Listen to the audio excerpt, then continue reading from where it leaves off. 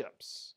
Now, here's what I've said is when you go to Royal Palms 101, we talk about accountability for church members. We talk about that, that when you join, we want you to be growing. We want people to be able to, in the future, when you come to the church, others be able to call you out to say, hey, I hadn't seen you in a while. How come you don't come to church anymore? Where are you? Or I haven't seen you in Bible study anymore. What's going on? Or others just to call and encourage and say, hey, you want to read the Bible with me together? And how have you been doing? How's your prayer life been? How are your struggles? We want that to happen, but that can't happen unless you're growing. And so it's similar to the other one about just being able to open, but this is where deeper friendships are really going to happen. When you get to know more church family and grow with them, real Christian accountability can occur. It's in these groups that you should have the freedom to call each other back to Christ-like standards. I mean, let's face it.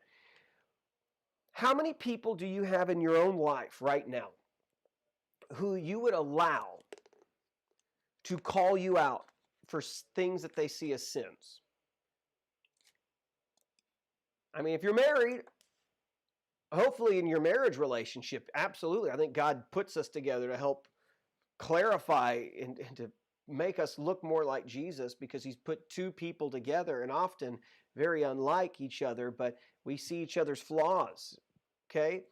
But in the church, there should be more of that. And beyond that, where there could be people that you know, if they speak in something into your life, that's something you need to listen to. They can see things. They have the freedom to do that for you. How many of those people do you have? You need them. We need them. Every one of us needs somebody. Few people like that. Like I said, it's a trust issue, though. It's a big deal. And then maximum participation. When more people get together, they feel freer to discuss the church and its direction openly. And when more people are discussing the mission, the plans, more will get done. I mean, think about this. A lot of time, people don't know what's going on in the church until you get to a business meeting. Somebody texts, hey, did you hear about such and such? But when you have it really set up the way that it needs to be set up, you're able to talk about these things in group together. You're able to talk about the need for why we need to pray over these things. I just heard a story even this morning about being in one of our growth groups where they're talking and they're praying about stuff that's happening right now in the church. And they get it. And they see the need of why they need to be praying for certain things together. And they're not just thinking that, oh, the job's going to get done, and they're not going to be shocked when we have a business meeting or they find out what's. No, they've been along tracking and they've been talking through it and praying for these things. What you get in a growth group too is that you have this participation where we're all there to pray, we're all there to talk, we're all there to share these things together, and you're part of it. As opposed to, I get to do my vote real quick and we have to have it out now. No, you can begin to pray and to talk about these things as information goes through those groups as well. So that's an important piece. Now, one of the things I want to talk about, and this is something that I'm going to add, something for us to think about that's not in the 4 from Ed Stetzer's list, is local community impact. I want to show you something in just a second to end on this, but I want you to look at this. What would happen if groups could develop around their geographic location? I want you to think about that. What kind of impact do you think you could have in your neighborhood if a growth group adopted your street or your school or your block? And then do you know which church members live close to you? So here's what I want to say. See, a lot of the time when we talk about fellowship, we're talking about needing to have people come and we meet together and we just all know each other and we're based kind of on the building. But I want you to think about a whole nother side of what a small group could do, what a growth group could do. And I think that's the community impact piece. You see, a lot of the time we think about how our groups kind of help us to feed into the church and help take on the church. And, but that's just one piece of it. I mean, imagine what it could look like if we began to see where we all lived and what we all did, and maybe begin to think a little bit more locally than just the church. I mean, if you live in a church context like ours, I'm just going to show you really quickly the map. I'm going to show you If you were to look at the map of central Phoenix in the valley, this is it.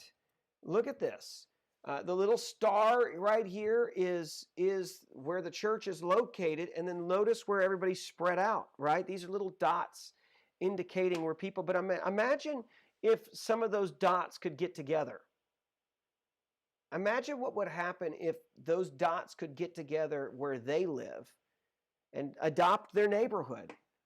Yeah, think about this. It's hard, and a lot of times you might say, well, I got people who want to come, and maybe they'll be involved, but they don't want to come all the way to the church. Well, that's fine. Well, what are you doing for your neighborhood? What are you doing for your street, your school? Imagine if we started to build groups as well that looked at where we lived as a project for Christ. That's a really cool thing to think about. One of the things that we're going to start to think about this fall is maybe changing up how we've done some of these programs. Instead of saying, y'all come, try to see where we all are. Now, some of us might be involved with groups that are not nearby, but we can help, and we can maybe say, we are going to try to do something on this street where we live. Now, we may never bring those people ever into the church, but maybe we can build enough and plant enough seed to see what could happen. And maybe God will save them and they'll go somewhere else for church. But have we done enough to look at how we could take groups, small groups, and impact a community, impact our neighborhoods?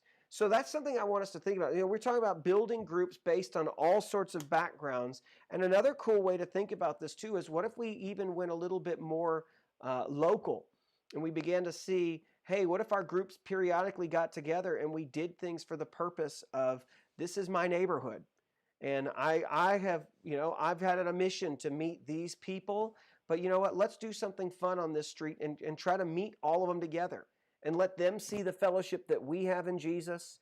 Let them see that we're old, young, black, white, whatever background we have, and we're all there together. That's some cool stuff to think about. What do you think that could do to your local community? If the places where you live and you wave and see people when you go on your walks and you go to meet people, or you go to the same restaurant, what could happen if those areas started to see more of the church there, instead of just where we all go and where we all come as we come to our homes? I think you should begin to look at that as that there's some impact that could happen that could be really fun, because guys, community is contagious. Fellowship is contagious. People are lonely. You see the stats even today of what the coronavirus stuff has done to people who are stuck at home. There's a need for fellowship. And so I want us to think about our groups beyond just we're groups that are connected to the church, or we might meet in the church, to let's begin to see these groups that we're all there, if it weren't, just because of Jesus. And we're going to look at areas too and say, okay, let's try to make an impact here. Try to do something big here. I mean, think about what this could look like if these dots got together and where they're located. Think what that could look like and what that could mean. How many more people do you think could come to know the Lord because they see the kind of fellowship, kind of growing that's going on in your own community context? They see that fellowship lived out, not just something talked about as, yeah, me and my church friends do this, but they get to see you and your church friends. What a cool concept to think about. All right, we are done with the video on fellowship, and we're going to finish up in the next week or two on really the part about Lord's Supper and or breaking of bread, and what that looks like and what that means, and then also the prayer piece of how those are important to the life of the church. So if you've not seen, go back and watch the importance of Bible teaching, the importance of the Bible in the life of the church, the importance of fellowship, these ones. We're going to talk about the importance of the ordinances, though, of why we need things like the Lord's Supper. Why would we need? I'll throw baptism in there as well, because they'd all been baptized into the church. But why do we need to pray? What does that look like?